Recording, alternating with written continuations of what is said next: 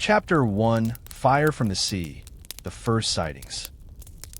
The year was 678 CE when the Arab fleet of the Umayyad Caliphate, seasoned and confident, sailed eastward along the Aegean, determined to strike at the heart of the Byzantine Empire. They had seen many weapons before: catapults, rams, flaming arrows, but nothing could have prepared them for the phenomenon that awaited. From the decks of their ships, sailors watched as the defenders of Constantinople emerged, their hulls lined with bronze-headed tubes. In the glare of dawn, the Byzantines unleashed a weapon no chronicle had ever described, a fountain of liquid fire that soared across the water's surface and ignited wherever it landed. The flames spread in sudden, rolling waves. Unlike the fire pots the Arabs had used themselves, this conflagration could not be doused by water. Buckets and barrels splashed into the sea in vain, and panic overtook discipline. Men leapt over the rails, choosing the possibility of drowning over the certainty of burning alive. What struck the observers most was not merely the heat, but the way the fire clung to everything it touched, crawling up timbers and ropes as if alive. Ships drifted away in flames. Those who survived would return home bearing the first accounts of a mystery destined to outlast empires. News of this fire raced across the Mediterranean world. In Damascus, scribes recorded a weapon that burned even the waves, though none could say precisely what it was. In the Frankish realms, rumors traveled along trade routes, growing more fantastic with each retelling. Some claimed it was sorcery summoned by priests of Constantinople, while others whispered of a hidden mine where black pitch was drawn from the earth. The Byzantines themselves did little to clarify the truth. If anything, they encouraged confusion, for the power of Greek fire lay not only in its destructive capacity, but in the aura of dread that preceded it. Yet even in those first encounters, clues began to surface.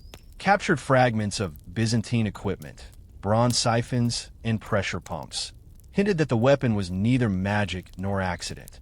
It was a deliberate creation, built by engineers who understood the chemistry of combustion far better than their rivals. Chroniclers would later note that the devices were mounted along the prows of Byzantine dromons, allowing the fire to be projected in steady streams. When the right mixture was prepared, the crews would heat the vessel and force the liquid out under pressure, igniting it as it emerged. No one at the time knew precisely how the flames ignited. Some described sparks struck by flint wheels attached to the siphon's nozzle. Others spoke of a secret ember kept alive in a protected chamber, ready to ignite the fluid as it passed. These conflicting details did little to lessen the sense of awe. The weapon appeared to defy nature itself, turning water, a sailor's last refuge, into a carrier of destruction. For the Byzantine navy, this innovation transformed warfare. Their ships had always been formidable, but Greek fire made them almost unassailable in certain engagements.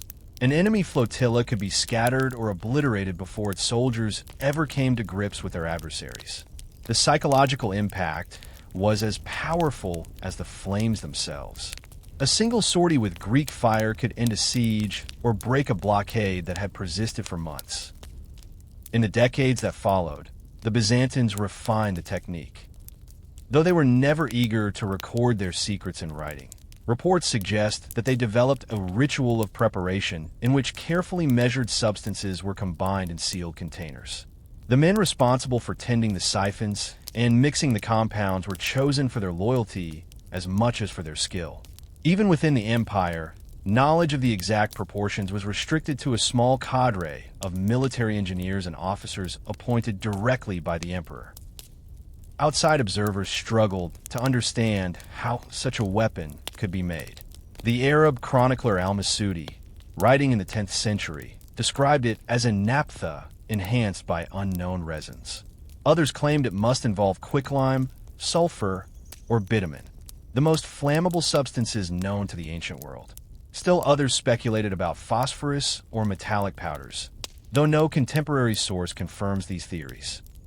Over time, scholars and experimenters would assemble countless recipes in hopes of recapturing the effect. none produced the same combination of self-igniting, water-resistant fury that defined the original. In Constantinople itself, Greek fire became more than a weapon. It became a symbol of divine favor.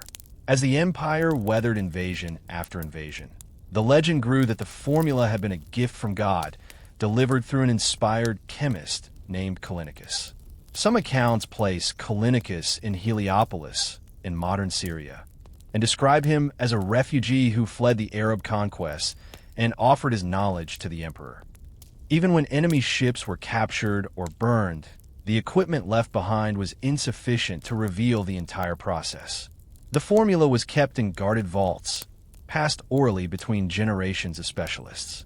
At times, Byzantine emperors themselves were rumored to have memorized it, lest it fall into the wrong hands if a manuscript were seized. For nearly 5 centuries, Greek fire remained an unmatched advantage in naval warfare. It allowed the Byzantine Empire to repel sieges that might otherwise have ended its sovereignty. It shaped the strategies of both the empire's admirals and its enemies, who learned to fear any engagement that brought them within range of the fire siphons. Yet even as the weapon rose to prominence, the seeds of its disappearance were already sown. As military technologies advanced, and as the empire began its slow decline, the chain of knowledge grew more fragile. Over generations, the trust and discipline needed to maintain such a secret eroded. The story of how Greek fire ultimately slipped away into legend is as compelling as its fiery birth. For those early sailors on the Aegean, though, the meaning was simpler. The sea itself had turned against them. In the annals of warfare, there would never be another weapon quite like it. Chapter 2: The Secret of Constantinople. The strength of the Byzantine Empire was never drawn from size alone. By the early 8th century, its territories had shrunk from the vast holdings of late Rome. But its true fortification was Constantinople, a city designed to outlast armies and outwit empires. Walls rose in layers along its landward side. Moats bristled with spikes, and towers crowned each gate. But the most enigmatic of its defenses was never carved in stone. It flowed, burned, and vanished without trace. Greek fire was not a gift to the world. It was a secret meant to die within the city's walls. Within the heavily guarded naval arsenals near the Golden Horn, a particular group of artisans worked in near isolation. Their task was not shipbuilding nor maintenance, but the preparation of a compound known only to a handful of men at any given time. These were the chirotechni, the fire handlers, chosen not by lineage or popularity, but by direct selection from the imperial court. They were chemists in all but name, trained through years of silent apprenticeship to recognize the proper color of boiling oil, the precise texture of finished mixture, the scent of heat-treated sulfur, or the crackle that indicated instability. The recipe, it is said, was never written in full. Only fragments existed, committed to memory and divided among several trusted individuals. Some mixed the first components. Others refined them through distillation, filtration, or even aging in sealed vessels. A third group loaded the mixture into storage containers, clay pots, lead flasks, or brass siphons, each carefully sealed and guarded until transported to the docks under armed escort. Even the soldiers who operated the flamethrowers during naval combat likely did not know how the compound was made. What the Empire created then was not simply a substance, it was a system, a supply chain of secrecy refined over generations. The fire compound was often prepared in small batches and used quickly to minimize risk. The risk, in fact, was not only strategic. The material itself was notoriously unstable.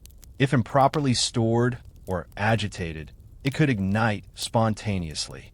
Accidents in workshops were rumored but rarely recorded, perhaps deliberately, so as not to betray the danger of the weapon even in Byzantine hands. Some sources describe the storage facilities of Greek fire as subterranean vaults carved beneath the capital. Stone-lined chambers where the temperature remained stable, and iron doors sealed the fire away from air and moisture. There may have been a temple-like solemnity to these places. The handling of fire was not just chemistry. It was ritual, protected by oath and fear. This mystique was part of its endurance. No merchant could bribe his way into the formula. No disgruntled worker could sell the secret to foreign spies. The chain was too short, the trust too personal. In times of war, the fire was distributed to the imperial fleet at the harbors of Bucolion and Eorion. The Dromans, fast, two-banked galleys, were fitted with bronze siphons mounted to their bows. These weren't crude flamethrowers. They were precision devices, constructed with pump chambers, pressurized air tanks, and heat-safe tubes that could spew fire in controlled arcs. The pressure was generated by manual bellows or compressed steam, depending on the version, and the liquid ignited as it left the nozzle, possibly through a trigger flame or flint spark. There were also handheld fire devices, small clay grenades filled with the compound, sealed with wax, and thrown by soldiers during sieges. When they shattered, they released the fire in bursts, clinging to walls, weapons, and men. Byzantine defenders could rain these down from towers, watching as entire siege engines were engulfed in flames that did not recede with water. Some accounts mention ceramic siphons used on land, carried by infantry, though these were rarer and riskier to use. Foreign spies and envoys visiting Constantinople came away mystified. They could see the flames, the pumps, the effects, but the supply, the heart of the weapon, remained invisible. Even among Byzantines, the number of those with full knowledge of the compound's origin never seems to have exceeded a few at any one time. Unlike Roman military manuals, which were widely copied and distributed, no treatise on Greek fire has ever surfaced. There are theories that some of the components may have been so region-specific as to make replication impossible elsewhere. Resins from certain trees, found only in Asia Minor. Sulfur extracted from volcanic vents near the Aegean. Petroleum distillates drawn from near the Black Sea. The combination of ingredients, local expertise, and centuries of practice formed an ecosystem of innovation, impossible to reproduce without access to both the materials and the knowledge traditions that sustained it. The emperor himself was said to hold final authority over the fire's deployment. Some accounts, though likely embellished, suggest that emperors personally oversaw the selection of firemakers, swearing them to secrecy on religious relics under pain of death. A few stories even claim that one emperor had the formula tattooed in code on his body, viewable only by mirrors and removed upon his death. These tales, whether true or not, contributed to the atmosphere of awe surrounding the weapon. This extreme secrecy, while effective for over 5 centuries, would prove to be the reason for the weapon's eventual disappearance. Knowledge preserved only by memory and transmitted narrowly is brittle. A generation lost to war, disease, or political upheaval could break the chain. And the Byzantines, for all their strategic brilliance, lived in an era of constant upheaval. Sieges, usurpations, crusades, and plague. But at this stage in history, in the height of the empire's technological dominance, the system worked. Greek fire remained a symbol of Byzantine invincibility and a warning to those who approached their coasts. A weapon made not just of flame, but of silence, secrecy, and the stubborn refusal to share what kept the city alive. Chapter 3: How Greek Fire Changed Naval Warfare. Long before gunpowder reshaped battles, the rules of naval warfare were simple. Victory came from boarding and ramming, from archers perched on upper decks and fire arrows launched with primitive catapults. Battles were decided at close range, often by numbers and brute coordination. But with the emergence of Greek fire, the Byzantine fleet gained a terrifying advantage: distance, unpredictability, and psychological domination. It wasn't just a weapon. It was a disruption of military logic, a force that redefined how wars were fought on water. In traditional naval engagements, ships closed the distance quickly. Oared galleys maneuvered with precision, and soldiers would leap across the gap with swords and spears. But once Greek fire became operational, proximity became a deadly liability. The Byzantine dromon, already fast and highly maneuverable, didn't need to close in for victory. Equipped with bronze siphons mounted at the prow, they could release fire onto enemy ships while maintaining a safe distance. Entire formations could be set ablaze before their prows reached Byzantine hulls. The advantage was not only tactical, it was also mental. Panic could unravel even the best prepared squadrons, scattering coordination and breaking morale before battle even began. Historians describe several decisive confrontations where Greek fire changed the outcome against numerically superior forces. During the First Arab Siege of Constantinople, 674 to 678, the Arab fleet blockaded the city across several campaigns, returning seasonally to press the attack. The Byzantines, outnumbered and isolated, relied heavily on their knowledge of the sea and their incendiary weapon. Greek fire wasn't used constantly, but with care and strategy. Deployed when enemy ships massed too close, or when favorable wind and current allowed the flame to spread across multiple vessels. These targeted bursts turned desperation into deterrence. The siege ultimately failed, and the attackers were forced to withdraw, leaving behind scorched decks and scattered timbers. This pattern repeated over time. In 717 to 718, during another Arab siege, the empire once again leaned on Greek fire to prevent amphibious landings and to destroy siege barges bringing supplies to enemy camps. Though the city's land walls were strong, it was the control of the sea that made siege impossible to sustain. The Byzantines could use the weapon both defensively, shielding the harbor, and offensively, disrupting enemy logistics. What set Greek fire apart from other incendiaries was its persistence. Flaming arrows and fire pots have been used for centuries, but they were vulnerable to wind, rain, and seawater. Greek fire clung to surfaces. It floated on water, igniting what should have been a refuge. Flames stuck to wooden decks, to armor, even to flesh, and continued to burn unless smothered with sand, vinegar, or other rare materials. Water, the sailors' first defense, became irrelevant, or worse, a vehicle for more fire. Commanders facing Byzantine fleets quickly learned to avoid massed formations near the coast. Some developed countermeasures, using wet hides to cover decks, creating barriers of smoke to obscure vision, or attacking at night when the use of fire would be more dangerous for both sides. Still, the fear remained. It wasn't just the fire itself, but the unpredictability of its deployment. Unlike archers or artillery, the use of Greek fire required no obvious preparation, no fire pits or heated braziers. The compound was stored ready-made, and the siphons could be operated by trained crews in mere moments.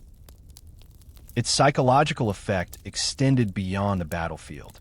In the lore of opposing civilizations, Greek fire became a symbol of Byzantine cunning. Among Arab chroniclers, it was described in terms usually reserved for sorcery or divine wrath. Some even believed the Byzantines had made a pact with the heavens, or that the fire came from relics hidden beneath Hagia Sophia. Such narratives, while exaggerated, illustrate how a technological secret can take on supernatural status when poorly understood. But the weapon did not remain unchanged. Over time, the Byzantines adapted its use to various tactical scenarios. There were reports of smaller siphons mounted on rotating turrets, allowing for horizontal fire sweeps across enemy decks. In siege situations, clay grenades filled with the compound were catapulted over walls. For ground combat, some foot soldiers may have used handheld fire tubes, though these were rare and considered highly dangerous. Each adaptation showed how deeply the Empire had woven this secret weapon into its strategic framework. Naval architects even adjusted ship designs to accommodate the weapon. The prow of the dromon was often extended and reinforced to carry the weight of the siphon and its pressure mechanisms. Storage compartments were added below deck, lined with metal and sealed to prevent accidental ignition. Some ships carried containers of sand and vinegar specifically to extinguish stray flames. Crews were drilled not only in sailing and combat, but in emergency fire protocol. The weapon, as powerful as it was, posed a danger to its own side if misused. Yet with all its effectiveness, Greek fire remained a tool of select engagements. It was not used in every battle, nor by every ship. The compound was difficult to prepare, costly to store, and risky to transport. Its role was more often to break deadlocks, to turn the tide of a siege, or to inspire fear before confrontation. In this way, it functioned not unlike a modern strategic deterrent, a weapon whose very presence could alter the decisions of enemies before the first move was made. In later centuries, as naval warfare evolved and the Byzantine navy declined, the role of Greek fire changed. It was still deployed, but increasingly with caution and with diminishing reliability. As training eroded and production was entrusted to fewer and fewer specialists, the quality and consistency of the weapon may have varied. By the 12th century, mentions of its successful use had grown rare, and naval accounts emphasized other factors: winds, numbers, alliances. The fire was no longer the pivot of Byzantine military supremacy, but a memory of its height. Still, its legacy endured. In every medieval map depicting Constantinople, in every frightened account from foreign scribes, Greek fire remained the symbol of a city protected not just by walls, but by knowledge. A knowledge few possessed and none could steal. And for centuries, the sea itself remembered the shape of fire. Chapter 4: Guardians of the Formula. Among the many mysteries that surrounded Greek fire, none proved more impenetrable than the identity and practices of those entrusted with its preparation. In an age when secrets rarely remained confined, the Byzantines achieved something singular. They preserved the knowledge of a weapon so potent that its mere reputation could repel invaders. The chain of custody was not casual nor incidental. It was a deliberate system of isolation, selection, and absolute loyalty. An unbroken line of guardians whose charge was to keep the formula alive and out of every other empire's reach. The chronicles of Theophanes the Confessor and later Byzantine historians provide hints, though never a full portrait. They refer to the chirotechni, literally handworkers, men of specialized skill and unimpeachable trust. These artisans were more than laborers. They formed a cloistered guild operating under direct imperial oversight, exempt from most civilian or military command. Unlike other tradesmen, they answered only to the emperor and the small council responsible for military supplies. Selection began early. Promising young men, sometimes the sons of artisans or soldiers, were identified for aptitude, steadiness of hand, discretion of speech, a certain indifference to curiosity. They were apprenticed for years, often in sequestered compounds near the imperial docks. There they learned not only techniques of heating, distillation, and storage, but the protocols of secrecy. They were instructed that the knowledge they acquired belonged to the emperor and to God, and that any betrayal would be both treason and sacrilege. Oaths were sworn upon relics.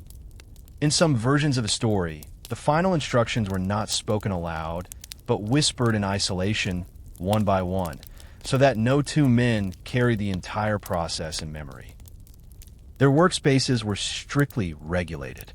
Some occupied chambers built of stone, with copper-lined surfaces to contain accidental fire. Doors were locked and watched by guards who reported directly to the palace.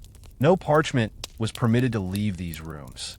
Recipes, such as they existed in writing, were reduced to cryptic marks and symbols intelligible only to initiates. Even those documents were periodically destroyed and recopied to prevent familiarity from breeding complacency. One of the most enduring legends holds that each emperor, upon coronation, received a personal briefing on the fire's production. The formula itself, so goes the tale, was never entrusted to any archive. Instead, it was transmitted in ritual form part of the solemn inheritance of imperial power. Whether this was literally true is impossible to confirm, but the symbolism was unmistakable. Greek fire was not merely a weapon. It was an imperial inheritance, a trust that defined the boundary between the Byzantines and every other realm.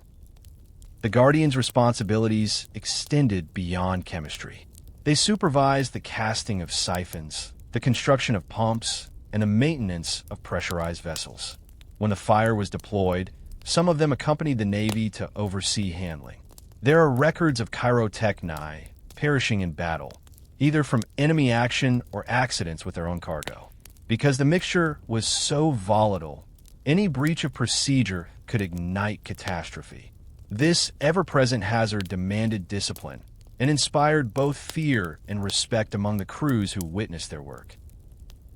Rival powers, particularly the Arab caliphates and later the Bulgarians and Normans, devoted extraordinary efforts to uncovering the secret. Envoys offered bribes. Spies infiltrated shipyards. Captured siphons were dismantled and examined. Yet despite the frequency of naval conflict and the regular capture of Byzantine equipment, the formula itself remained secure. The secrecy endured, in part, because it was never concentrated in any single document or individual. A captured craftsman might reveal his portion, but without the full sequence, the knowledge was useless. A sea ship might disclose the design of the siphon, but not the fuel it carried. The Byzantines had engineered redundancy as a shield. No chain of custody, no key person whose defection could destroy the monopoly. Occasionally, rumors circulated that foreign chemists had come close to replication. Some Arab alchemists experimented with mixtures of naphtha, sulfur, and resin, and they undoubtedly developed their own forms of incendiary weapons, some of them effective in siege warfare. But nothing matched the Byzantine version's combination of adhesion, combustion, and water resistance. Even centuries later, Western Europeans encountering Byzantine fleets remarked that the fire retained properties that no other incendiary matched. This obsessive secrecy, while successful in the short term, had long-term consequences. It limited the training of new generations of firemakers, and it narrowed the base of institutional memory. As the empire weakened in the 11th and 12th centuries, civil strife and invasions disrupted the careful transmission of knowledge. Entire families of craftsmen vanished in war or fled into exile. Those who remained often faced chaotic conditions and diminished resources. The delicate chain of guardians began to fray. Despite these challenges, the formula still survived for centuries. Some historians speculate that it was periodically refined and modified by successive generations, and that by the late empire the mixture may have differed in detail from the original. But even as the outer world advanced in new technologies, crossbows, gunpowder, siege engines, Greek fire remained a uniquely Byzantine signature. Its guardians continued their work in secrecy, stubbornly preserving an inheritance that had once been the terror of every sailor in the Mediterranean. This combination of discipline, ritual, and isolation defined the guardians of Greek fire. They were, in many ways, a priesthood of flame, custodians of a power that their enemies feared and their allies respected. They preserved the formula not because it was easy, but because it was the foundation of the empire's survival. And in that quiet determination to guard a secret, they left a legacy as enduring, and ultimately as fragile, as the empire itself. Chapter 5: The Alchemy of Destruction. Though many chroniclers describe the appearance and terror of Greek fire, fewer could guess at the chemical principles behind its potency. Yet even in an age when most knowledge of matter was wrapped in mysticism and analogy, Byzantine craftsmen understood enough to transform common materials into something close to alchemy, a compound that defied water and clung to its victims. To later generations, it seemed that the Byzantines had discovered a secret chemistry centuries ahead of its time. To the empire itself, it was simply the art of survival. Modern researchers have pieced together hypotheses about the composition. The first foundation was likely a petroleum distillate, drawn from natural seepages around the Black Sea or Mesopotamia. These regions were among the few in the ancient world where bituminous liquids could be collected in sufficient quantity. Raw naphtha, sticky and combustible, would have provided both fuel and adhesion. But on its own, petroleum would burn quickly and be vulnerable to smothering. To enhance the fire's persistence, the Byzantines probably added sulfur, which lowers the ignition point and produces a choking, acrid smoke. This smoke itself became a weapon, driving defenders from their posts and sowing confusion among attackers. Resins and pine pitch contributed to the compound's adhesive properties, making it cling to wood, cloth, or skin with horrifying tenacity. Some accounts mention quicklime, which reacts exothermically with water and might have provided the fire its most terrifying characteristic, the ability to ignite upon contact with seawater. The preparation of these ingredients was as critical as their combination. The petroleum had to be refined and clarified, a process requiring heat, filtration, and settling. Sulfur and resin were powdered or melted, then blended at precise temperatures. If the mixture cooled too soon, it solidified into an unusable paste. If overheated, it could ignite spontaneously.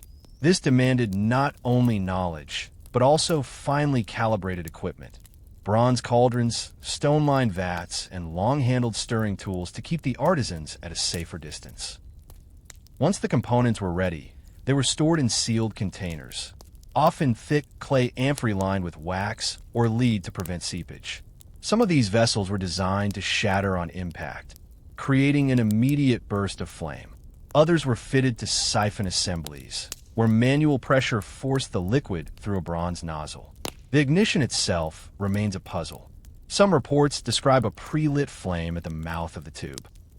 Others suggest a mechanical sparking mechanism, perhaps flint and steel, triggered as the liquid emerged. The result was consistent: a jet of fire that could travel several meters before splashing into a growing puddle of flame. For defenders of Constantinople, these details mattered less than the outcome. In siege after siege, the fire was carried to the walls in amphorae, hurled down onto rams and towers. Ships approaching the sea walls learned to expect sudden eruptions from hidden embrasures, bronze siphons emerging between stone blocks. The defenders' chants and processions might have added to the psychological theater, but the real power lay in the unseen science. Yet for all its sophistication, Greek fire was never simply a technical achievement. It was an expression of an empire's character, pragmatic, ingenious, and fiercely determined to survive against enemies from every horizon. Byzantium had long relied on a combination of cunning and technology to compensate for its shrinking territory and manpower. Greek fire exemplified that approach, using precise knowledge as force multiplier. Its alchemy of destruction extended beyond the battlefield.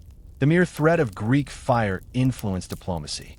Arab commanders negotiated truces to avoid direct confrontation. Western crusaders, despite their religious rivalry with Byzantium, often hesitated to provoke naval conflict. Even rumors of stored amphorae were enough to make ambitious fleets reconsider. The empire's chroniclers took care to document not just the fire's tactical successes, but the aura of fear it inspired. This fear, however, carried risks. Over-reliance on any single weapon can breed complacency. As centuries passed, the Byzantine navy's strategic edge eroded, partly because enemies learned to adapt. Ships were reinforced with fireproof materials: wet hides, clay sheathing, layers of greenwood. Attackers altered their tactics, choosing night assaults or blockades over open confrontation. By the 11th century, Greek fire was still respected, but was no longer the unanswerable terror of earlier generations. Nonetheless, it retained symbolic value, and the Guardians continued their work in secrecy. Even when other forms of military technology evolved, improved catapults, counterweight trebuchets, crossbows, the formula of Greek fire remained unchanged. For the Chirotechni, the formula was not an artifact to be improved, but but a legacy to be preserved exactly as received. This conservatism may have contributed to its eventual disappearance. What was once cutting edge became a static inheritance, unable to adapt to the changing demands of warfare. The alchemy of Greek fire was never written in the language of modern chemistry. Its measurements were tactile. Handfuls, glimmers, scents, the hue of a cooling resin. Its preparation blended intuition with ritual, a craftsman's discipline that required years to acquire. For this reason, even if a determined enemy had seized a sample and interrogated a surviving artisan, duplication would have remained elusive. It was knowledge inseparable from the people who practiced it. Yet, even in decline, the formula's legend endured. When Crusaders sacked Constantinople in 1204, they searched for vaults of Greek fire among the imperial treasures. Chroniclers recorded stories of hidden caches buried in palace cellars, sealed amphorae, bronze pumps, diagrams on parchment. But whether these stories were true or merely a reflection of the fire's mythic stature, no record survives of any conqueror successfully reviving the secret. The formula seemed to vanish into the same darkness from which it had emerged. And so the alchemy of destruction became a memory, the last embers of an empire that had held back centuries of conquest with little more than courage, cunning, and a flame that no water could quench. Chapter 6: The Sieges That Tested the Flame. Throughout Byzantine history, the empire's survival often hinged on the formidable walls of Constantinople. But while towering fortifications and intricate moats deterred countless assaults, it was Greek fire that transformed desperate defenses into decisive victories. The sieges that tested this weapon most severely also revealed the blend of ingenuity, discipline, and psychological mastery that made it a symbol of the empire's resilience. The first and most famous trial came during the prolonged Arab siege that began in 674 and stretched intermittently over 4 years. The Umayyad Caliphate, at the height of its expansion, resolved to crush Byzantium once and for all by striking directly at its heart. Their fleets advanced across the Mediterranean in waves, establishing fortified bases on the coasts of Asia Minor and the islands near Constantinople. Every spring, they returned to tighten the noose, launching fresh attacks by sea and by land. At first, the defenders relied on the massive Theodosian walls and constant sorties to repel the enemy. But as the siege dragged on, the pressure mounted. Supplies grew scarce, and morale began to waver. It was then that the Emperor Constantine IV authorized a large-scale deployment of Greek fire, a calculated gamble to break the blockade before famine could do what swords and arrows could not. The Dromans, reinforced for the purpose, slipped out under cover of darkness. When dawn broke, the Byzantine fleet closed on the anchored Arab ships. From the bows of the Dromans, bronze siphons tilted forward. Crews heaved bellows, pressurizing the chambers. The moment the vessels were in range, the nozzles ignited. What followed was a sight few had imagined. Sheets of flame arcing across the water, clinging to hulls, and spreading along the decks. The fire hissed and roared, leaping over desperate sailors who tried in vain to smother it with buckets of seawater. Contemporary chroniclers describe how panic took hold as the burning ships broke formation. Some vessels collided in confusion, spreading the blaze still further. Within hours, the blockade fractured. Though the Arabs regrouped in subsequent years, the psychological blow never fully faded. When they withdrew in 678, they left behind a reputation of Byzantine naval supremacy that would echo for generations. The Second Arab Siege of 717 to 718 tested the fire again, this time under harsher circumstances. The Umayyad fleet assembled a force as large as any in living memory. Land armies pressed against the walls, while hundreds of ships sealed the Bosporus and the Golden Horn. The city, weakened by internal strife and years of decline, faced what looked like an inevitable fall. Yet the Byzantines had prepared meticulously. Stores of Greek fire were laid up in secret vaults, siphons repaired and tested. As Arab transports approached the sea walls to land supplies and siege equipment, the defenders waited. When the vessels drew near, small squads emerged from concealed gates, launching clay grenades and deploying siphons. Fire swept across the decks, igniting cargo and driving men overboard. Repeatedly, the attackers tried to rebuild their positions. Repeatedly, Greek fire forced them back. The siege dragged through a brutal winter. Famine and disease ravaged both sides. But the Byzantines, protected by walls and their incendiary deterrent, outlasted the blockade. When the Arab forces finally retreated in 718, the failure marked a turning point. No Islamic power would threaten Constantinople so directly for centuries to come. Other engagements demonstrated how the weapon adapted to varied theaters of war. In 941, the Rus fleet under Igor of Kiev sailed into the Bosporus with hundreds of ships. This time, the Byzantines used a combination of naval squadrons and hidden siphons mounted along the shore. As the Rus advanced to plunder the suburbs, fire galleys struck from multiple directions, herding enemy vessels toward kill zones where the flame could be unleashed at close range. Once again, discipline and secrecy amplified the weapon's effect.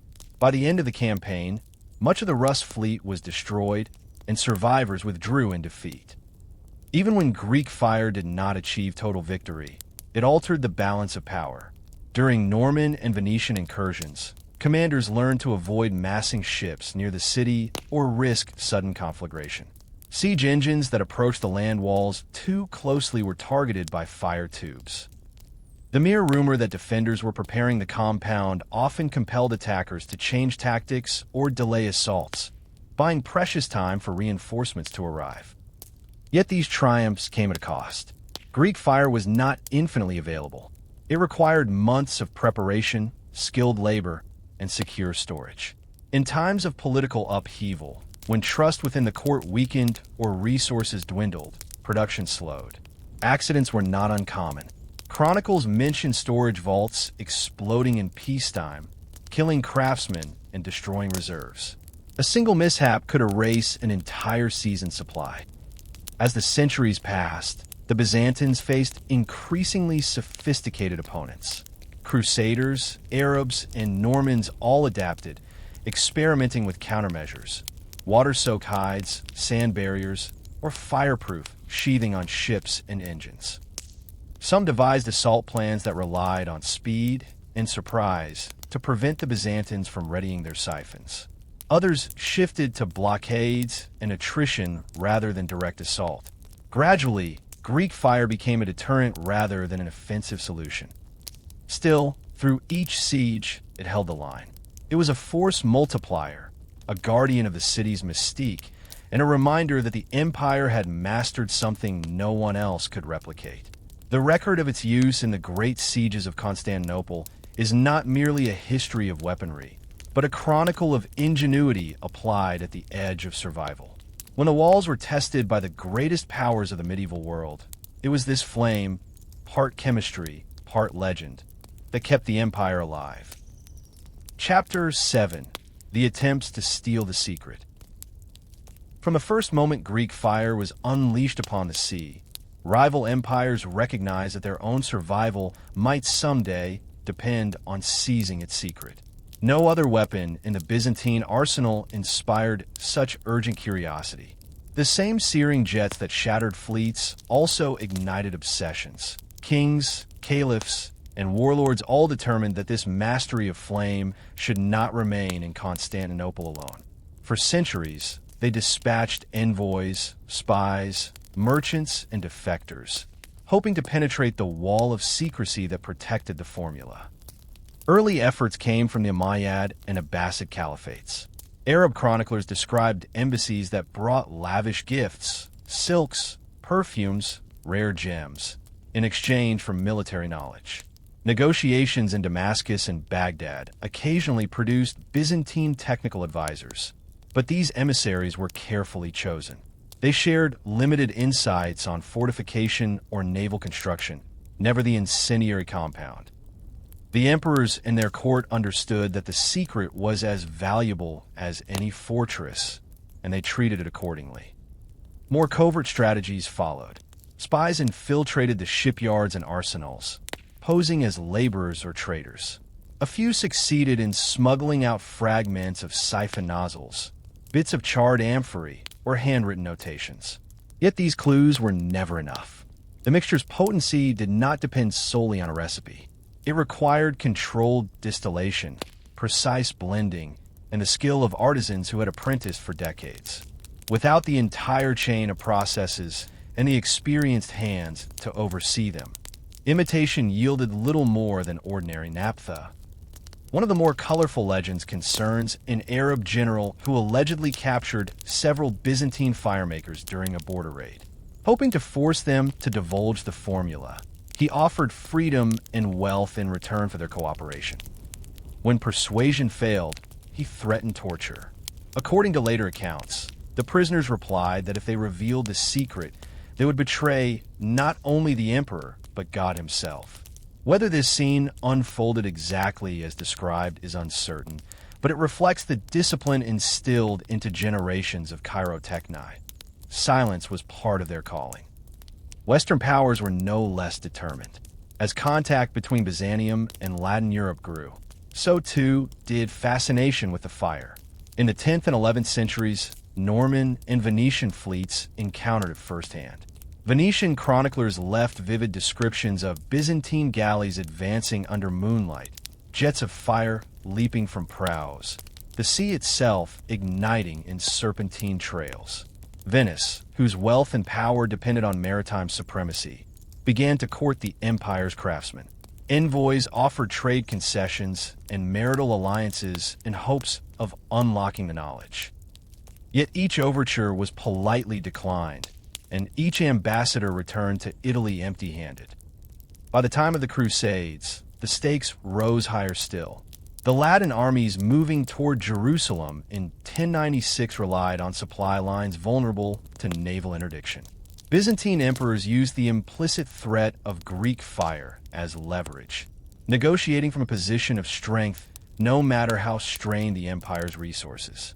When the Fourth Crusade ultimately turned against Constantinople itself in 1204, the attackers scoured the city's arsenals for the long-sought secret. Chroniclers record that among the treasures seized were siphons, sealed jars, and documents in Greek and Latin.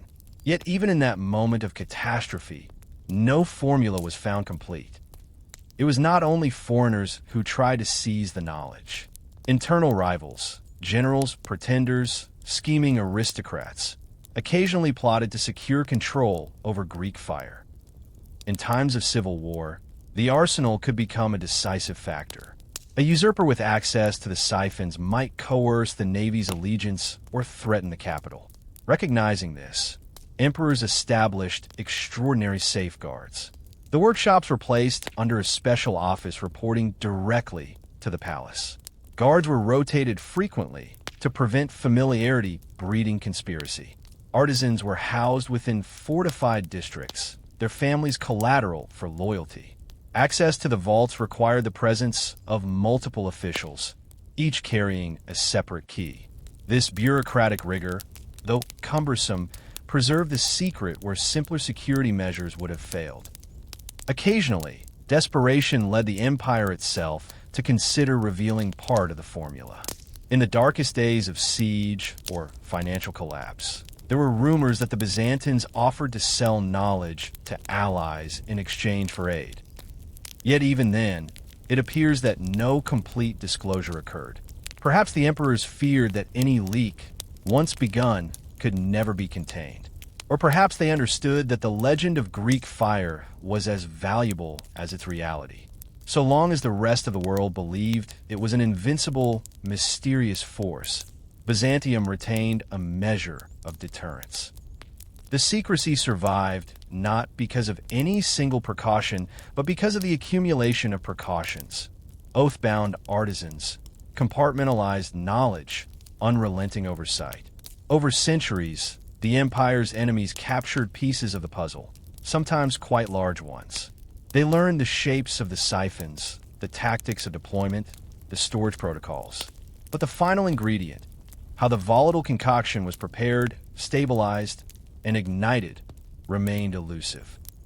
This inability to recreate Greek fire did more than frustrate Byzantium's foes.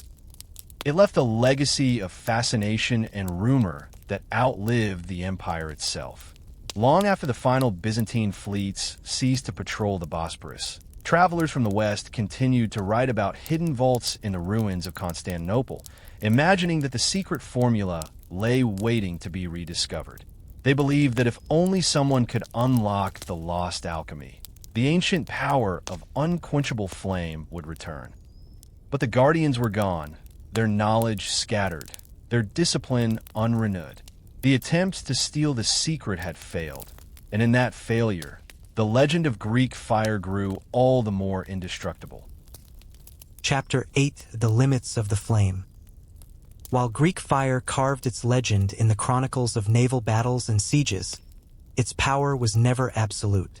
Like any invention that inspired awe, it was also bounded by limitations that careful observers learned to exploit. These boundaries, technical, logistical, and strategic, gradually eroded the sense of invincibility that had once surrounded the weapon. Over time, the Byzantine Empire discovered that mastery of flame could only delay, not prevent, the tides of change washing across the Mediterranean. One of the first limits was technical. The siphons and pumps that projected Greek fire required precise craftsmanship and maintenance. The bronze tubes, seals, and bellows were vulnerable to corrosion, damage, and leakage. If any component failed during battle, the weapon could sputter uselessly or even ignite prematurely. Training men to operate these devices took years. Each siphon demanded a small team, skilled in pressurizing the reservoir, igniting the mixture, and maintaining steady aim under the chaos of combat. A ship's crew had to trust that the firemakers knew their work. A moment's distraction or panic could end with an inferno consuming their own deck.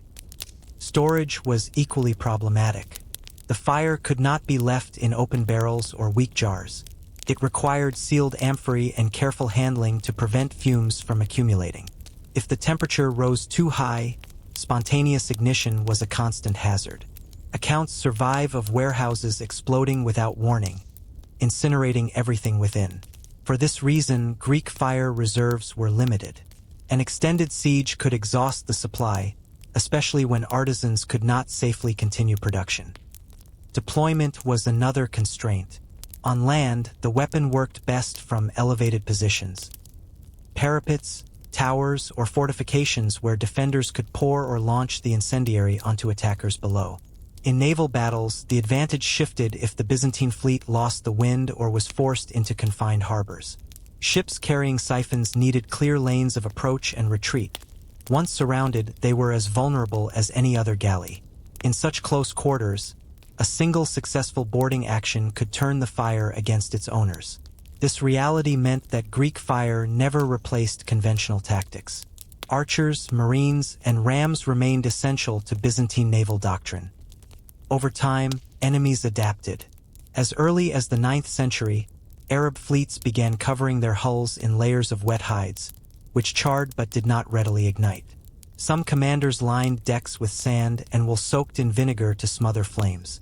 Ships carried long poles with iron hooks to grapple siphon-equipped galleys before they could close to effective range. Others simply avoided direct confrontation, relying on blockades and attrition rather than risking open battle against a fleet known to wield fire. The limitations extended beyond the battlefield to the empire's politics. Greek fire was so bound up with imperial authority that its production depended on a stable court and disciplined bureaucracy. Civil wars or coups disrupted the careful chain of custody. Rival claimants to the throne sometimes seized arsenals, but without loyal chirotechni to oversee preparation, the stores degraded into useless sludge. When provinces fell away from the empire's control, critical supply lines for petroleum and resins were interrupted. Even the most carefully preserved knowledge was worthless without access to ingredients. Perhaps the greatest limit, however, was psychological. For centuries, the weapon's true power lay in the dread it inspired. Chroniclers described the terror that swept through enemy crews when they saw the bronze tubes emerge from a Byzantine prow. But over time, that aura weakened. As more adversaries survived encounters or learned how to contain smaller fires, Greek fire became less a supernatural force and more a formidable, but not unassailable, threat. Once stripped of its legend, it became simply one element among many in the empire's defensive arsenal. The Fourth Crusade exposed the final vulnerability. When Western Crusaders breached Constantinople's walls in 1204, they found many wonders: libraries, treasuries, and hidden vaults stocked with weapons. Among these were stores of incendiary materials, amphorae sealed with wax and lead, siphon casings wrapped in cloth. Yet even at this moment of defeat, no complete formula came to light. The Guardians had either died, fled, or destroyed the critical instructions rather than surrender them. Without their skill, the conquerors discovered that possession of the substance meant little.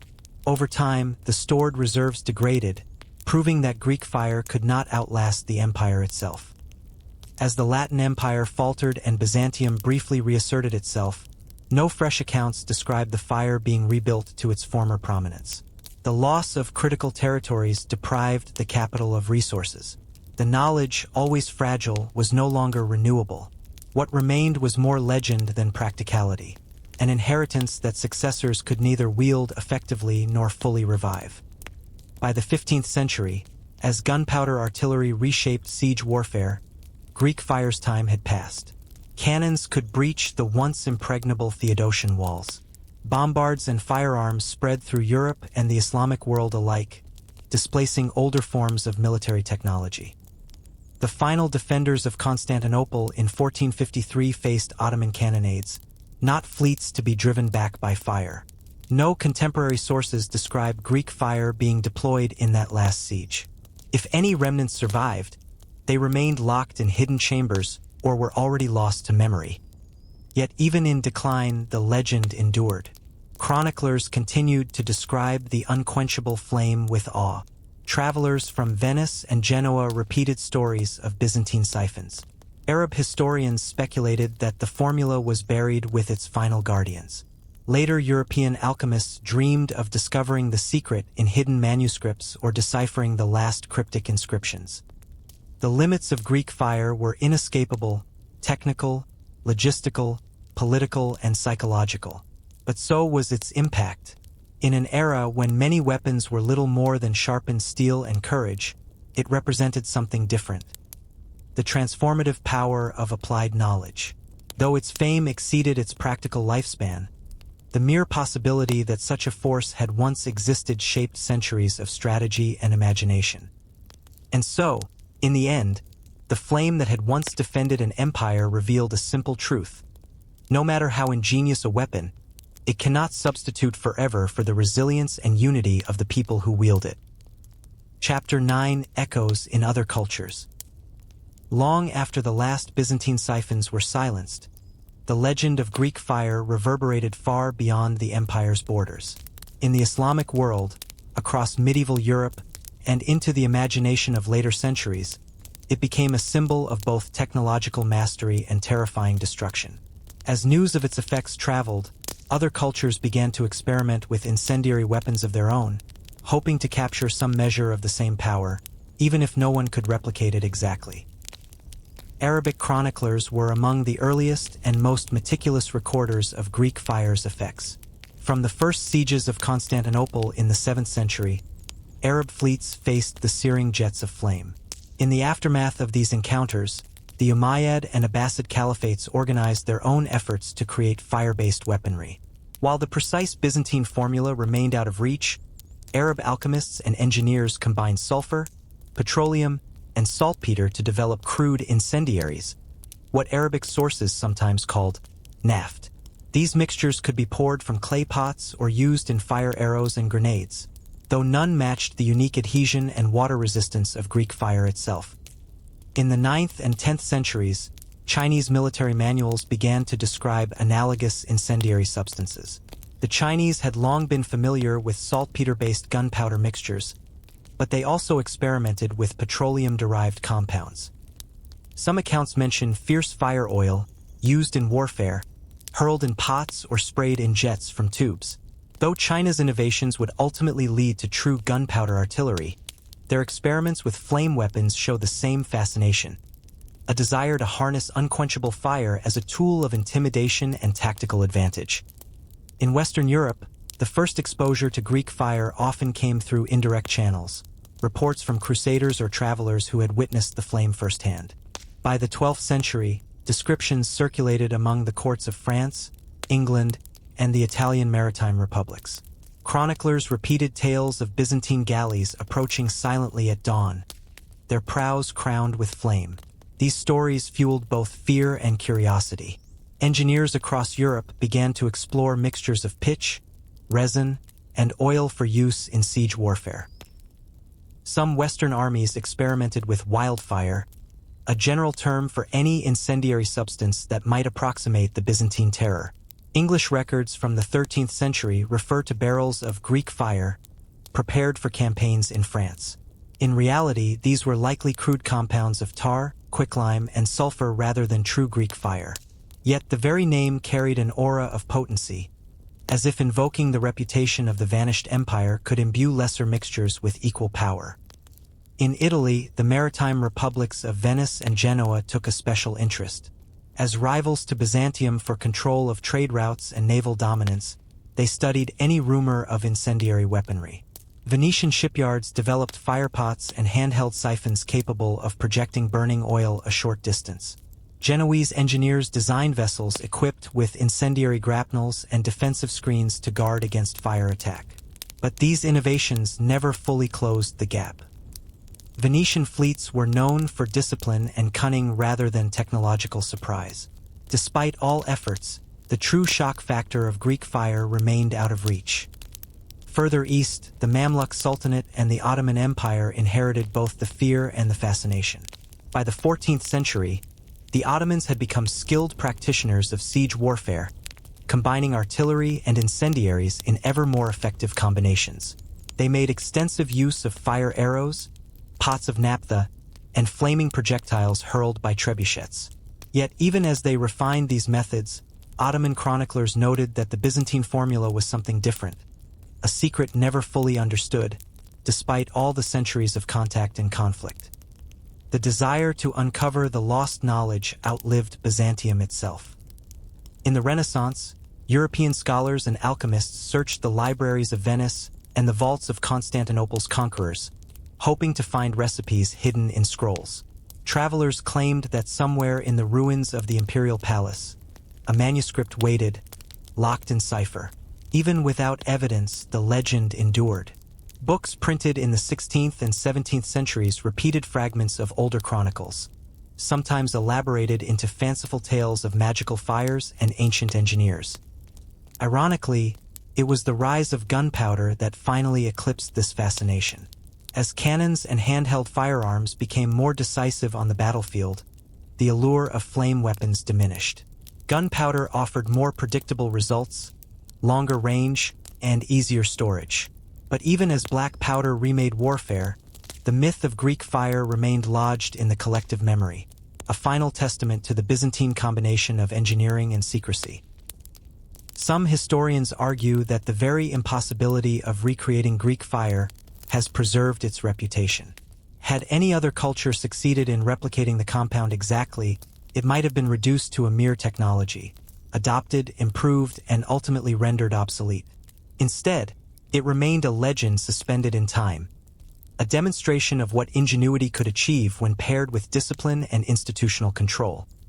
Across centuries and continents, echoes of Greek fire inspired countless attempts to capture its destructive brilliance. From Baghdad to Beijing, Venice to Cairo, each effort revealed more about the ambitions and anxieties of those who sought to master it than about the weapon itself. Though the true recipe was never shared, the idea that human knowledge could command fire against the very sea left a lasting imprint on the imagination of empires. Chapter 10. The Last Known Uses. By the final centuries of Byzantium's existence, Greek fire had become both a symbol of imperial defiance and a fragile inheritance. Each new siege of Constantinople brought rumors that the secret was about to be lost forever, or, conversely, that would soon reappear in one last apocalyptic defense. The truth was more complex. Greek fire remained in the arsenal until the end, but its deployment grew increasingly rare as the empire's resources and expertise dwindled. The last reliably documented uses of Greek fire took place in the 12th and 13th centuries, when Byzantine naval power faced a new array of threats: Normans, Venetians, and eventually the Fourth Crusade. During the Norman invasion of the Balkans under Robert Guiscard, Byzantine commanders revived their naval squadrons to confront the Italian fleet. Chronicles from this campaign mention ships equipped with siphons and stores of incendiary ammunition. One battle in 1081 off the coast of Corfu is described in vivid detail. As the Norman ships closed in, Byzantine dromons advanced in formation, their bronze tubes trained on the enemy prows. When the order was given, a barrage of flame erupted, driving back the attackers and breaking their line. The Norman chroniclers themselves noted the unquenchable fire that leapt upon our decks, confirming that the weapon still retained some of its former potency. Yet each of these engagements also highlighted the growing difficulties in sustaining the fire's production. The empire no longer controlled all the territories that once supplied its resins and minerals. Trade routes through Anatolia and Syria were disrupted by Turkish conquests. Artisans who knew the critical steps of refining and blending the compound were fewer with every generation.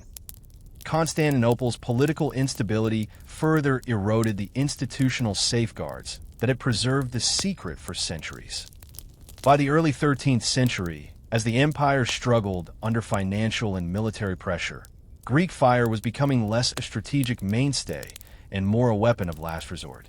In the tense years preceding the Fourth Crusade, the Byzantine navy prepared for the possibility of confrontation with Latin forces.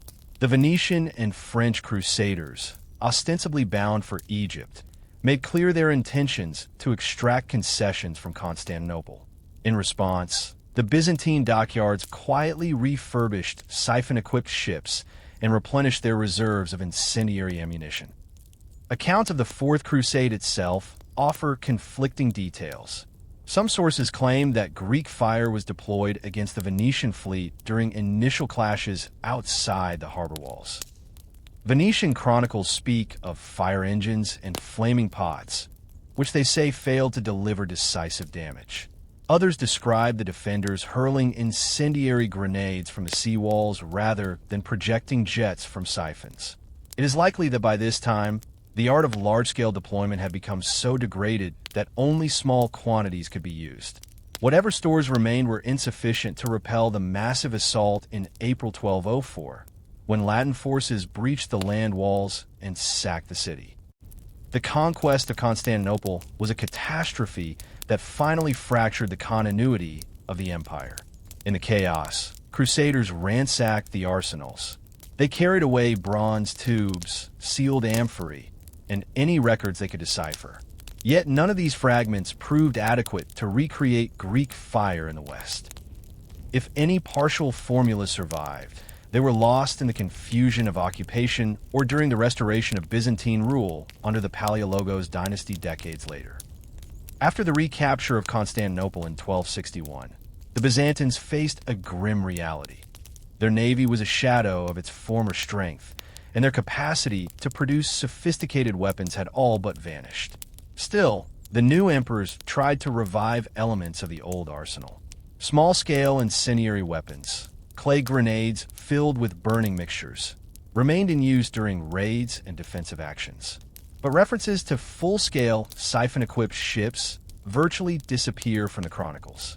By the 14th century, the rise of cannon and powder artillery made even these last vestiges of Greek fire seem increasingly obsolete. Some modern historians have speculated that the Paleologan emperors may have retained fragments of the formula, preserved in secret vaults or transmitted orally among a handful of surviving chirotechni. But even if this were true, no decisive reappearance of the weapon occurred during the final siege of 1453. When the Ottoman cannons shattered the Theodosian walls, there is no credible report of Greek fire being used against the attackers. By then, the balance of power had shifted so dramatically that no amount of incendiary surprise could alter the outcome.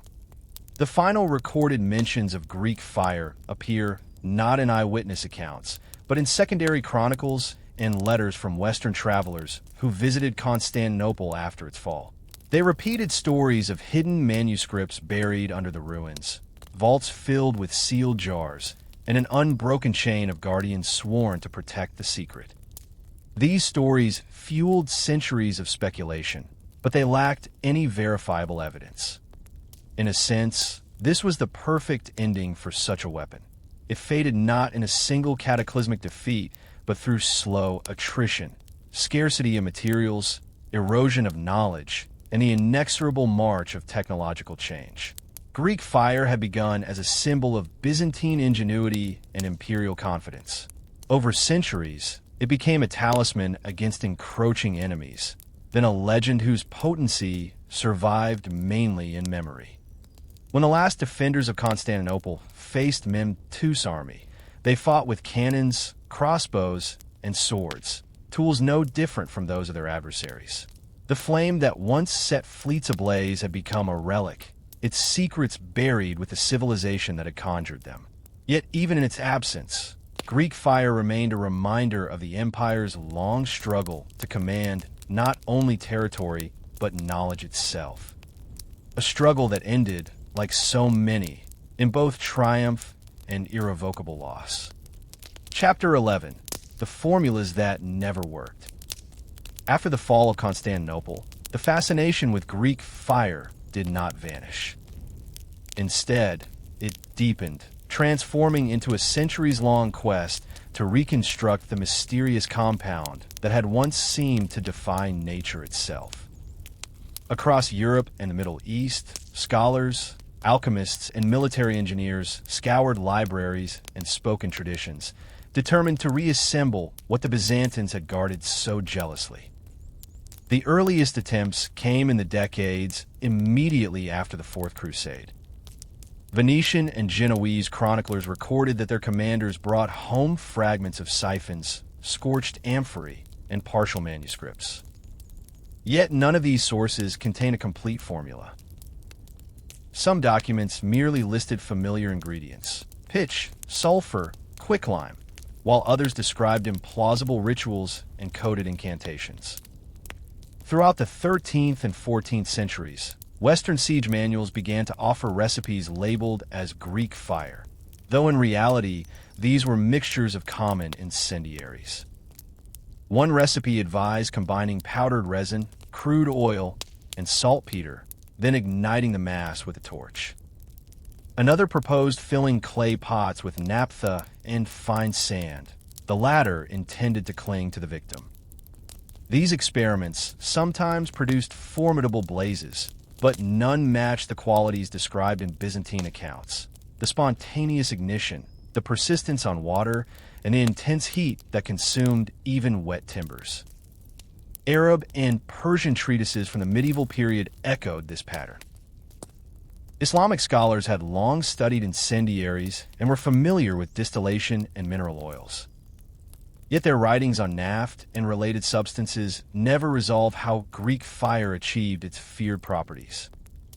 Some authors claimed the Byzantines used a unique mineral additive harvested from the Black Sea coast, while others suggested secret methods of refining naphtha to an unprecedented purity. In the Renaissance, renewed interest emerged as European powers sought any advantage in siege warfare. Italian engineers in the service of the Papal States in Venice experimented with chemical compounds they believed could replicate Greek fire's effects. Leonardo da Vinci's notebooks mention incendiary weapons, vases of burning oil, and projectiles designed to scatter flame, but make no claim to recreate the legendary formula. As artillery technology advanced, these efforts gradually shifted toward more reliable gunpowder-based solutions. Even so, the legend lingered. In the 16th and 17th centuries, European alchemists circulated manuscripts purporting to contain the lost knowledge. Some of these texts were elaborate forgeries intended to impress patrons. Others were sincere attempts to decode fragments of older chronicles. One widely copied formula involved mixing quicklime, sulfur, resin, and crude oil in a lead-line cauldron, then sealing the mixture in ceramic jars. But when tested in controlled trials, these recipes produced only ordinary fire, dangerous but no more so than any burning pitch. By the Enlightenment, scholars began to accept that the exact method was likely lost. Historians like Edward Gibbon wrote about Greek fire as an emblem of Byzantine ingenuity, acknowledging that no credible witness in later centuries claimed to have recreated it. Chemists examined the surviving descriptions and concluded that the effect could not be duplicated without some unknown process, perhaps a catalytic reaction or a preparation technique that had never been recorded in writing. Modern experiments have confirmed the difficulty. Military historians and chemists have tried reconstructing mixtures using combinations of crude oil, pine resin, quicklime, and sulfur. Some have managed to create sticky incendiaries that float on water and burn at high temperatures. Yet even these efforts fall short of the accounts describing unstoppable jets of flame that could cling to hulls in the midst of waves. Some researchers propose that the key lay not only in ingredients, but also in the delivery system, the siphons and pressure vessels, whose operation was as crucial as the fuel itself. Without precise control of ignition and projection, no mixture could achieve the same terrifying results. The failure of centuries of imitators underscores a humbling truth. Even in a world where knowledge circulates ever more freely, some secrets remain beyond recovery. Greek fire, once the pride of Byzantine ingenuity, is now an example of how technological mastery can disappear when its guardians vanish. The formulas that never worked are a silent testament to the gap between legend and laboratory, ambition and reality. Chapter 12: Myths and Exaggerations. Greek fire did not merely survive as a memory of Byzantine arsenals. It grew into a myth so enduring that, over centuries, chroniclers, soldiers, and later historians embellished its reputation until the boundary between fact and legend almost disappeared. In medieval Europe, stories circulated of flame that clung to water, climbed up the sides of ships, and even chased fleeing vessels across the waves, as if it were alive. Some chroniclers insisted that no material could resist it, that shields burned to ash and iron fittings melted in moments. These descriptions often reflected the awe and terror of eyewitnesses unprepared for a controlled incendiary weapon rather than any true supernatural property. Arab historians sometimes added their own flourishes. Accounts of sieges described Byzantine ships approaching like dragons breathing liquid fire. Some tales claimed the fire could burn underwater or would ignite spontaneously when unsealed, details likely born from confusion or deliberate exaggeration. As the centuries passed, these embellishments only multiplied. In 13th century texts, the siphons used to project Greek fire were transformed into massive bronze monsters shaped like lions or demons. Writers imagined them belching torrents of flame so intense that stone walls collapsed. Among Western audiences, the myth of Greek fire gained even more lurid qualities. Some claimed it was a divine punishment reserved for the enemies of Constantinople. Others argued the formula had been a gift from heaven, bestowed upon the Byzantines in a vision or revealed by an angel. By the Renaissance, these legends found their way into encyclopedias and treatises, sometimes accompanied by crude diagrams of monstrous siphons and fantastical recipes. Many of these texts recycled the same details without evidence, blending credible observation with rumor and imagination. The fascination was understandable. Greek fire had combined secrecy, spectacle, and the power to shape the fate of empires.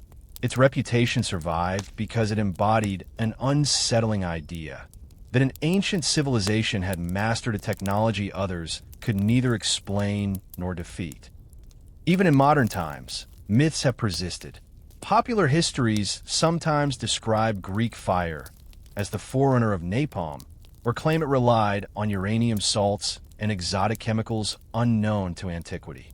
These claims rarely hold up to scrutiny, but they demonstrate how durable the legend has proven to be. Today, historians try to sift myth from fact by comparing first-hand reports with archaeological findings. They recognize that exaggeration crept in wherever fear and confusion met the limits of understanding. Break time equals 0. 25s/. In this way, Greek fire's legacy is as much about psychology as chemistry. It was never only the flames themselves that mattered. It was the spectacle, the rumor, and the certainty among opponents that they faced something beyond their power to resist. Whether or not every tale was true, the myths of Greek fire became a kind of shadow arsenal that survived the empire it once defended. And in that shadow, the line between innovation and legend still blurs. Chapter 13: Rediscovery Attempts in the Modern Age. By the dawn of the Enlightenment, scholars and military engineers across Europe began to re-examine ancient military texts in search of secrets that might still be relevant. Greek fire quickly emerged as one of the most tantalizing subjects of curiosity. While most early modern armies had embraced gunpowder, the notion of a liquid incendiary with unique properties fascinated chemists and inventors alike. In the 18th century, scientific societies such as the Royal Society in London and the Académie des Sciences in Paris received treatises purporting to reconstruct Greek fire from fragmentary Byzantine sources.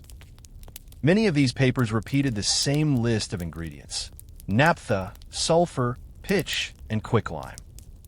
A few authors proposed new theories, suggesting that metallic powders, or even phosphorus, might have contributed to the formula's legendary persistence.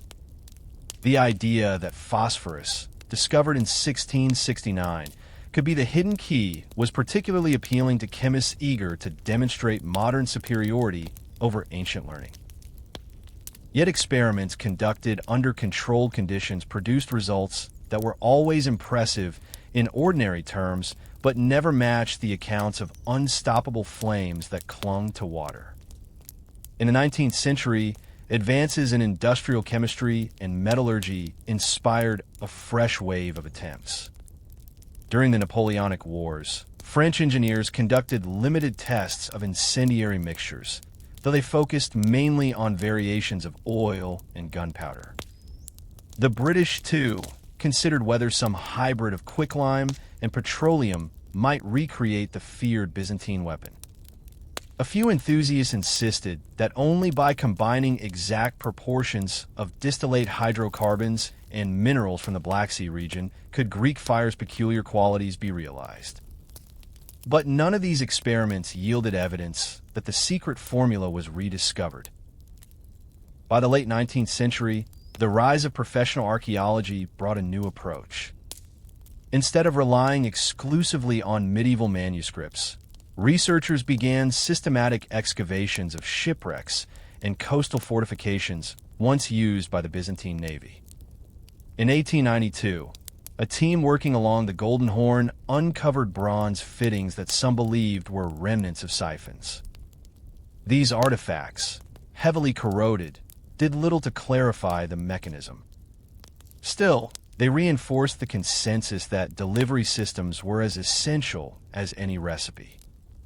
No mixture, no matter how potent, could project controlled streams of burning liquid without carefully engineered nozzles and pumps. The 20th century brought more rigorous attempts at reconstruction. As petroleum chemistry matured and napalm was developed in the 1940s, some military historians speculated that the Byzantine formula had simply been an early form of thickened fuel. Others countered that Greek fire's unique behavior, particularly its ignition on contact with water, implied a chemical reaction rather than merely combustion. During the 1950s and 1960s, several laboratories in Britain, the United States, and the Soviet Union attempted to test historical recipes under controlled conditions. These studies, often classified or unpublished, reportedly achieved partial success in recreating sticky incendiaries that floated and burned on water. But none conclusively demonstrated the same range, consistency, or terrifying spectacle described by medieval witnesses. As television popularized ancient warfare in documentaries and dramatizations, public fascination surged again. Magazines and books speculated that Greek fire was an ancestor of modern flame throwers or napalm. Some proposed outlandish theories involving secret minerals or lost alchemical knowledge passed down through clandestine orders. Professional historians continued to regard most of these claims skeptically. In the 1990s, the Institute for Byzantine Studies in Athens launched a comprehensive project combining archaeology, textual analysis, and experimental archaeology. Their team reviewed every surviving manuscript reference, cataloged artifacts attributed to naval siphons, and tested mixtures in small-scale reconstructions. While they succeeded in producing potent burning substances, some based on resin, crude oil, sulfur, and calcium oxide, they never matched all the properties attributed to Greek fire. Notably, none ignited spontaneously on water without an external flame. Modern chemists suggest this last element may have been misreported or exaggerated. The likely explanation is that Greek fire was ignited during projection, possibly by a burning tow or spark mechanism fitted to the siphon nozzle. This would have created the appearance of automatic combustion when the liquid struck enemy decks or waves. In contemporary times, curiosity about Greek fire persists not only among historians, but also among engineers interested in historical technology. Documentaries and academic conferences regularly feature demonstrations of reconstructed siphons and test burns of speculative recipes. While the results are spectacular, they remain approximations rather than definitive rediscoveries. Even today, no one can declare with certainty that the complete process and formulation have been fully reconstructed. This uncertainty is partly due to the fragmentary nature of surviving evidence. Byzantine military manuals were designed to be secretive, and later copies were incomplete or corrupted.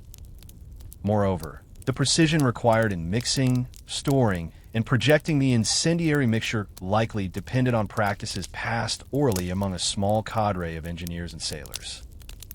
This combination of partial documentation, technological complexity, and deliberate secrecy ensured that Greek fire would remain one of history's most resilient mysteries. In a world where most ancient technologies have yielded their secrets, it stands almost alone as a marvel that no modern replication has fully captured.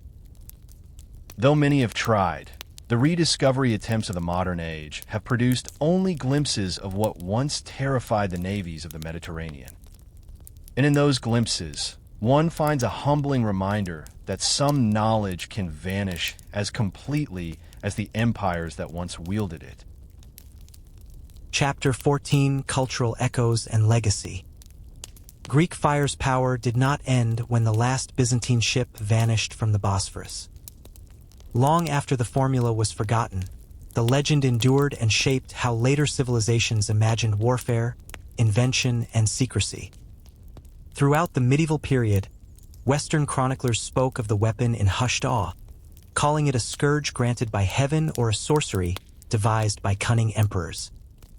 In the Arab world, stories of the Roman fire, Naft al-Yunani, blended fact and rumor.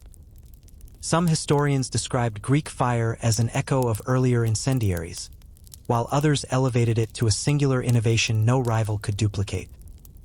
Persian scholars also recorded tales that conflated Greek fire with their own Naft warfare traditions, creating a hybrid mythology of unstoppable flame. As the centuries progressed, Greek fire reappeared in literature, usually as a symbol of lost knowledge. Renaissance poets compared it to Promethean fire, stolen from the gods. 17th century encyclopedias cataloged it alongside gunpowder and alchemy as proof that the ancients possessed secrets modern minds could scarcely imagine.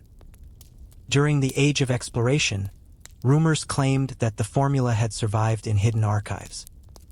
Venetian merchants were said to have purchased fragments of recipes from Greek monks fleeing the Ottomans. None of these tales were ever substantiated. By the 19th century, Greek fire's legend had entered popular culture. Writers invoked it to illustrate the drama of lost empires and the fleeting nature of power. In historical novels, characters pursued the secret as if it were an alchemical philosopher's stone.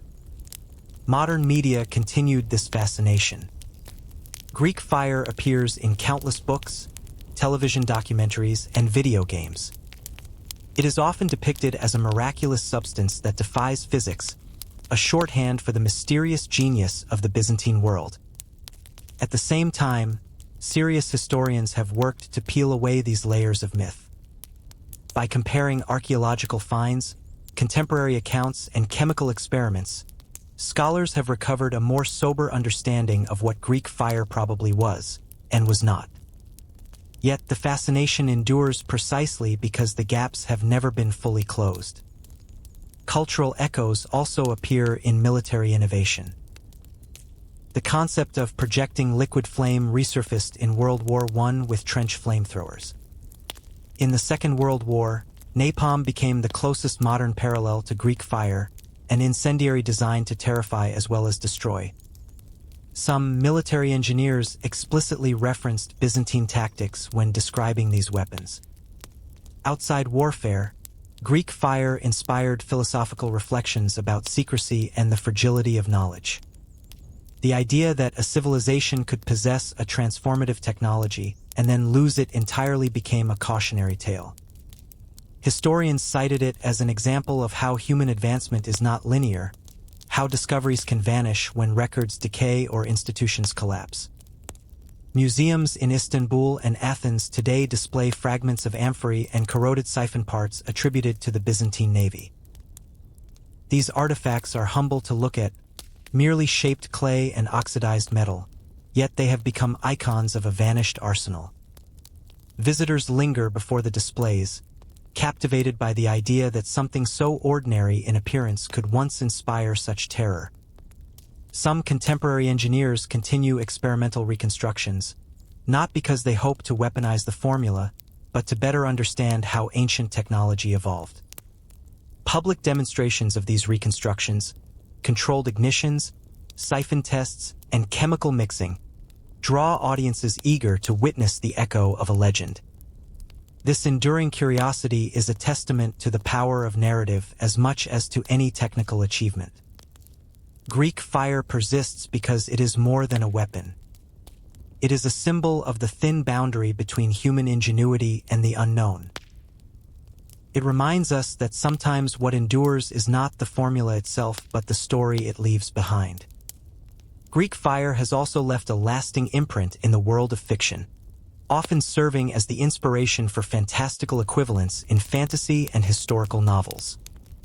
In George R.R. Martin's A Song of Ice and Fire, the substance known as wildfire bears uncanny resemblance to Greek fire, green-hued, highly flammable, and nearly impossible to extinguish.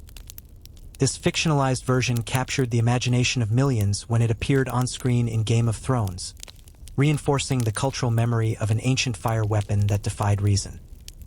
In other fantasy works and role-playing games like Dungeons and Dragons, similar incendiaries appear under names like Alchemist's Fire, again echoing the legendary traits of the Byzantine weapon. Historical fiction has also embraced the mystique. Authors have constructed entire plotlines around lost recipes, Byzantine vaults, and desperate naval battles where the weapon is used one last time before fading from history. Even in steampunk and alternate history genres, Greek fire finds its way into imagined arsenals as a relic of an empire that never truly fell. The legacy extends to national identities as well. In modern Greece, Greek fire is sometimes invoked symbolically as a reminder of lost power, forgotten glory, and the scientific prowess of ancestors. It becomes a symbol of Byzantine resilience and innovation, particularly in times when national pride seeks historical anchors. In Turkey, which inherited many Byzantine territories, Greek fire is acknowledged with both caution and intrigue. An enemy weapon, yes, but also an artifact of a shared past. Academic circles continue to explore its broader philosophical implications.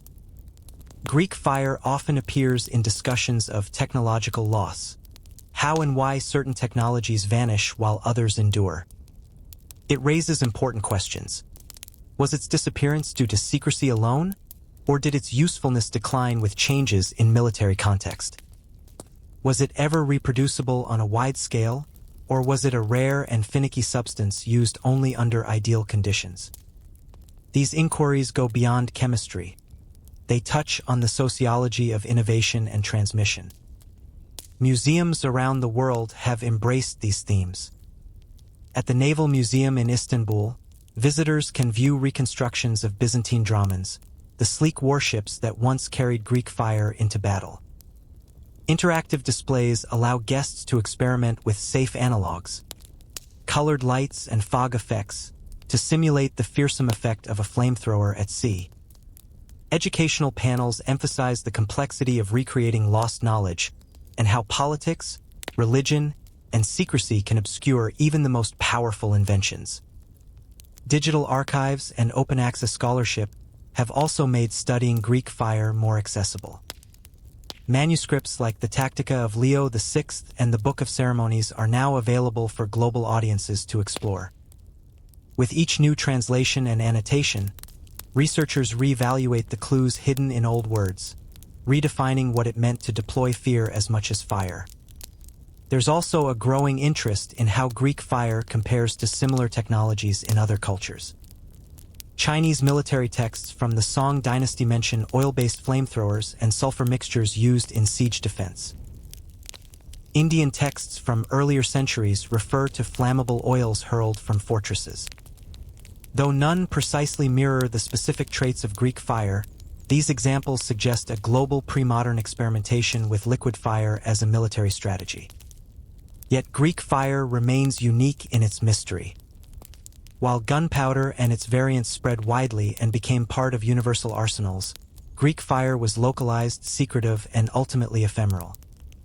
This ephemerality is precisely why its legend survives. It is a reminder that knowledge can be temporary and that power, no matter how dramatic, can fade from use yet live on in story. Some philosophers draw parallels to other vanished technologies: Damascus steel, Roman concrete, or even ancient musical tuning systems.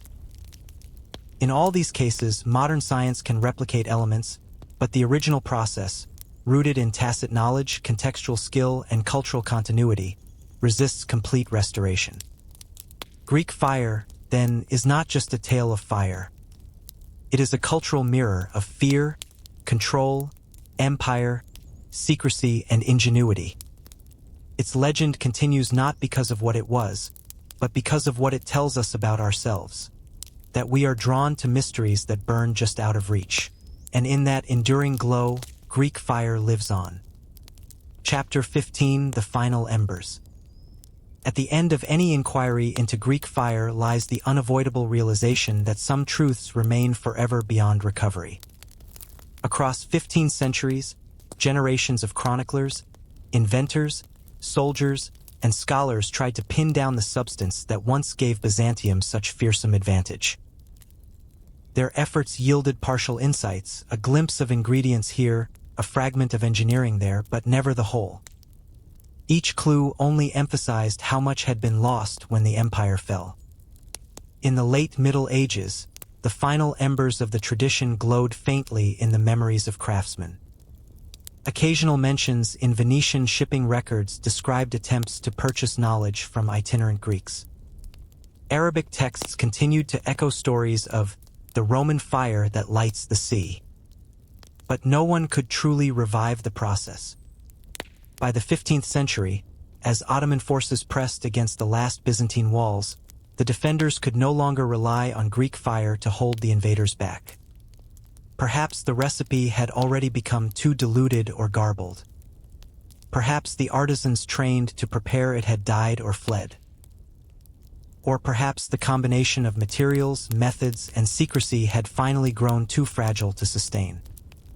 When Constantinople fell in 1453, a chapter of technological history ended. The Ottoman victors, for all their military skill, never quite replicated Greek fire. Instead, they perfected gunpowder artillery and adapted to the changing nature of siege warfare. In this sense, the story of Greek fire reflects a universal lesson. No technology, no matter how terrifying, can remain unrivaled forever. Over time, the concept transformed from an engineering marvel into a cultural myth. In Orthodox Christian lands, it became a symbol of divine favor, proof that God had granted the Byzantines a miraculous defense. In Western Europe, it grew into a legend of dark sorcery and hidden alchemy. In Islamic chronicles, it was remembered as a formidable challenge overcome by patience and courage. Modern laboratories have proved that many of the basic ingredients attributed to Greek fire are readily available: petroleum distillates, resins, sulfur compounds, and mineral additives. What eludes researchers is not access to materials but the precise combination of formula, handling, and delivery. The siphons alone represent an entire lost discipline of craftsmanship, small, portable flamethrowers engineered to withstand intense pressure and heat. Such devices required not only metallurgical knowledge but also training in maintenance and tactics. In this way, Greek fire was never simply a substance. It was a system, an ecosystem of know-how. Its potency came from the disciplined secrecy of its keepers, the infrastructure of supply chains, the discipline of the sailors who wielded it, and the psychological impact it had on enemies. When any one element frayed, the entire art began to decay. In the present day, engineers and historians continue to probe the mystery. Documentaries reconstruct hypothetical recipes. Universities publish detailed studies of the logistics behind Byzantine naval warfare. Private enthusiasts host demonstrations where surrogate mixtures are ignited on water to evoke the old terror. Yet each of these experiments remains an approximation, a respectful tribute to a secret that outlasted empires. The story of Greek fire also serves as a reminder that not all knowledge advances along a single arc of progress. Sometimes discoveries retreat into darkness when the conditions that sustain them collapse. In this sense, Greek fire mirrors other lost arts: the fine steel of Damascus, the tuned resonance of Roman concrete, the pigments of Egyptian murals. Each offers a glimpse into how civilizations master techniques that later generations can admire but not fully replicate. What endures ultimately is the legend. When chroniclers described Byzantine ships cloaked in darkness, casting sudden fountains of flame across enemy decks, they were witnessing not merely a weapon but a spectacle. It was theater as much as strategy, an unforgettable demonstration of what discipline and ingenuity could achieve. And so Greek fire persists in the imagination, flickering in the collective memory. It has become a parable of the brilliance and impermanence of human invention. Though scholars may one day recover more precise details, perhaps even reconstruct a close analog, the original art will remain partly elusive. It is a legacy shaped as much by what has been lost as by what endures. The final embers glow in the stories we tell, the curiosity we nurture, and the questions we continue to ask. Greek fire has left behind no blueprint, no formula, no indisputable proof of its secrets. Yet its memory burns still, faint, unquenchable, a flame that no ocean of time has fully extinguished. And so the sea is quiet now. The ships have rotted, the copper siphons turned to green dust, and the formula, if it ever sat on parchment, has faded into silence. But the story remains. A fire once cast upon water, unyielding and unquenchable, still burns gently in the imagination of those who wonder, not because it destroyed fleets, but because it could never be remade. Thank you for joining us on this journey through history's forgotten fire. Until next time, may curiosity continue to light your way.